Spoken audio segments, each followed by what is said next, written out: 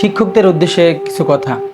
একটা জিনিস চিন্তা করেন, একটা কিন্ডারগার্টেন স্কুলে বা কিন্ডারগার্টেন মাদ্রাসায় 4 বছর থেকে শিক্ষার্থীরা ভর্তি হয়, 4, 5, 6 বা 7। এই যে একটা বয়স, এই বয়সে কিন্তু নিজ হাতে কিন্তু খায় না। একটা জিনিস চিন্তা করেন, যেই বয়সে সে নিজ হাতে খাবার খেতে পারে না, সেই বয়সে সে নিজ হাতে লেখে। এটাই তো তার থেকে বড় পাওয়া আমাদের। এর চেয়ে বড় পাওয়া কি আছে? তাকে কেন শাসন করতে হবে পড়ার জন্য?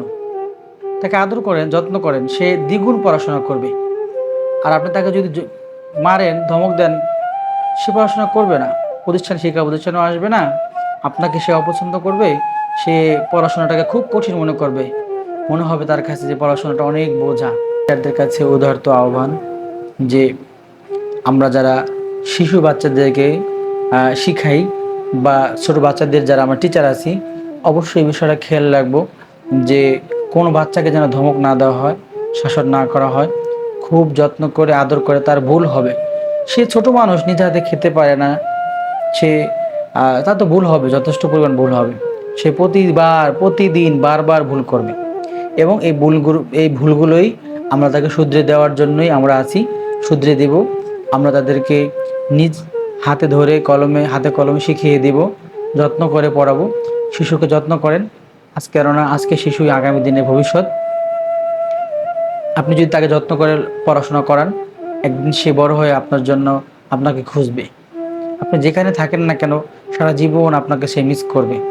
আর সব সময় বলবে যে আমাদের একজন স্যার ছিল বা একজন ম্যাডাম ছিল বা একজন হুজুর উস্তাদ ছিল, খুব যত্ন করতো, অনেক অনেক ভালোবাসতো আমাদেরকে, অনেক আদর করে পড়াতো।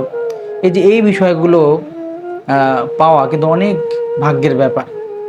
হ্যাঁ, সব উস্তাদ কিন্তু আপন হতে পারে না বা বাবা মায়ের জায়গায় স্থান পায় না। আপনি এমন একজন আদর্শ উস্তাদ হন যে আপনাকে যেন সারা জীবন আপনার ছাত্রছাত্রীরা মনে রাখে।